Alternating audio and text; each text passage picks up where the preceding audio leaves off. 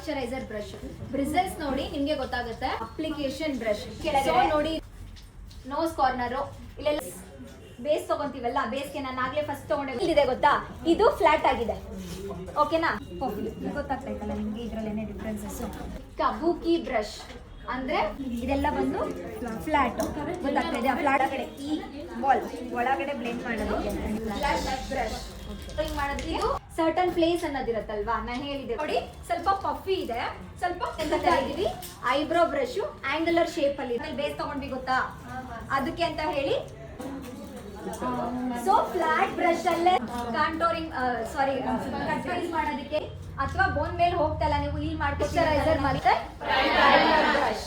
Bristles ಗೊತ್ತಾಗ್ತಾ ಇದೆ ಅಲ್ವಾ, ಕಂಪ್ಲೀಟ್ ಏನಿದೆ ಲೂಸ್ ಬ್ರಿಸಲ್ಸ್. ಅದರಲ್ಲೇ 2 ವೇರಿಯೇಷನ್.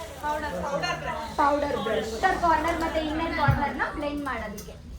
ಓಕೆನಾ.